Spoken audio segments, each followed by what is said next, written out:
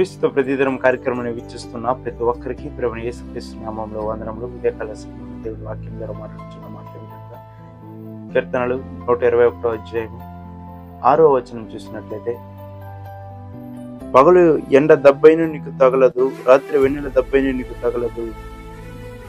పగలైనా ఎండైనా ఇక మాటలు వింటున్న ప్రియ సహోదరి సహోదరుడా, ఉదయకాల సమయంలో దేవుడు మనతో మాట్లాడుతున్న మాట ఏమిటంటే, కొంతమంది చూసినట్లయితే రేయి మొదటి జామునే దేవుడు ఉంటాడు, మరలా ఉండరని కొంతమంది బోధల విషయంలో మాట్లాడుతూ ఉంటారు. కొంతమంది ఆ యొక్క సమయంలోనే వస్తాడు దేవుడు అని చెప్తూ ఉంటారు. ఇక దేవుడు ఎల్లప్పుడూ దేవుడు తన కనురెప్పపాటు వేయకుండా మనల్ని చూస్తూ ఉంటున్నాడు. ఎండ అయినా, వానైనా, వర్షమైనా, అదేవిధంగా తుఫాన్ అయినప్పటికీ కూడా, రాత్రి అయినా పగలైనా, ఎప్పుడైనప్పటికీ కూడా దేవుడు మనల్ని చూస్తుంటున్నాడు, దేవుడు మనల్ని కాపాడుతూ ఉంటున్నాడు. అదేవిధంగా యోనా యొక్క భక్తుడి జీవితంలో చూసినట్లయితే, సముద్రము లోపల ఉన్నప్పటికీ కూడా దేవుడు ఆయన చేసిన ప్రార్థన విని ఆయనకి జవాబు ఇచ్చి ఉన్నాడు.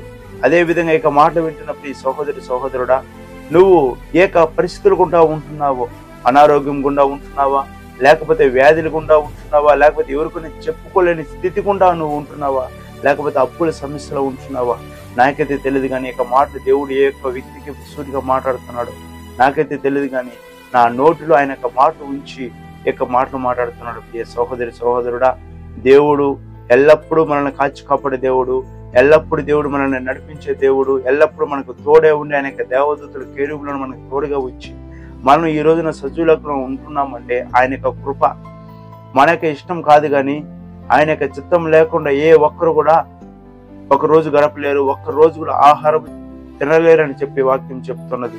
అదే రీతిగానే ఉదయకాల సమయంలో దేవుడు ఆయన ఎల్లప్పుడూ మనల్ని కాచి కాపాడే దేవుడు, ఎల్లప్పుడూ ఆయన మన మధ్యన ఉండి మనల్ని నడిపించే దేవుడు. ఆనాడు మోషేకు ఉండి తోడే ఉండి నడిపించిన దేవుడు ఈ రోజు కూడా మనకు తోడుగా ఉండి మనల్ని నడిపిస్తున్న దేవుడు. మన యొక్క జీవితం ఆయనకు అప్పగించి, దేవా ఈ యొక్క రోజున మీరే నాకు తోడే ఉండి ఈ రోజు అంతా మీరే మమ్మల్ని కాచి కాపాడమని నువ్వు ఎప్పుడైతే మోకరించి ప్రార్థన చేస్తావో, అప్పుడు దేవుడు నీకు జీవితంలో అద్భుతంలో ఆశ్చర్యకరములు చేసి, దేవుడి యొక్క అపాయం రాకుండా యోబు ఇంటి చుట్టూ కంచి వేసిన రీతిగా నీతోనూ నీ ఇంటిలోనూ కంచి వేసి ఉంచుతారని ప్రభు పేరట మనవి చేస్తున్నాను. వాక్యం ద్వారా దేవుడు మనకు మాట్లాడి బలపరిచిన అందుని బట్టి దేవునికి మేము కలుగుతుందా.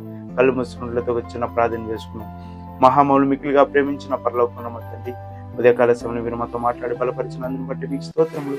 ఇంతటి చేసిన ప్రతి ప్రార్థనకు అడిగిన వాటిని మీరు మాకు ఇచ్చి మీకు పొందుకొని ఉన్నామని మీ కుమారుడు మా రక్షకుడు క్రీస్తు యేసు అడిగి వేడుకుంటున్నాము తండ్రి. ఆమేన్.